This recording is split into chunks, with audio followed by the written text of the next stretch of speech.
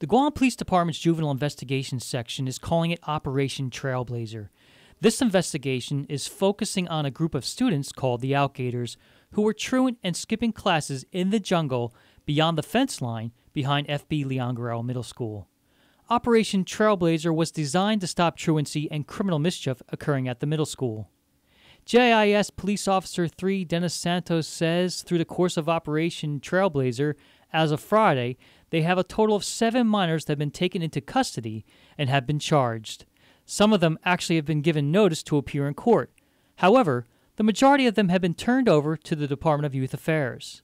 Santos says after the recent public hearing at the Guam legislature involving bullying taking place within Guam's public schools, JIS has received a number of complaints about bullying and believes more people are coming forward. He also adds that most of the cases of bullying being reported are from the elementary and middle schools. He says in addition to the Outgator investigation, JIS is also conducting a parallel investigation involving a number of bullying incidents taking place at FB Leon Guerrero.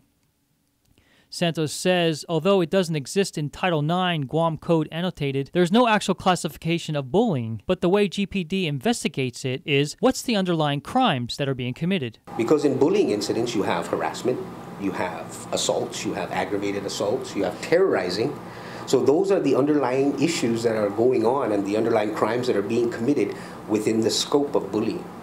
So it's still very enforceable on the part of the Guam Police Department. So we do entertain and investigate that. So I just want to let the public know that and reassure them that with the Guam Police Department, we're not pushing the bullying issue to one side saying it's not a crime, because it is. Santos says he would like to get together with the Guam public school system and go over the law enforcement's role to responding to the issues versus the administration's roles. For example, you have administrative problems. You have kids coming in and of course the bullying and stuff like that, but there are certain administrative steps that school staff will take in order to prevent this problem from happening.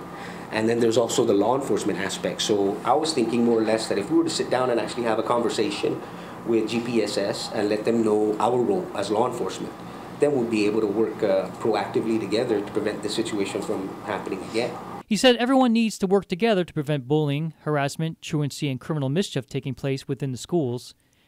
He says school aides are the front line of this defense because they are the eyes and ears of the schools. School aides, for example, let me just throw this in. School aides, they're in constant contact with students every single day.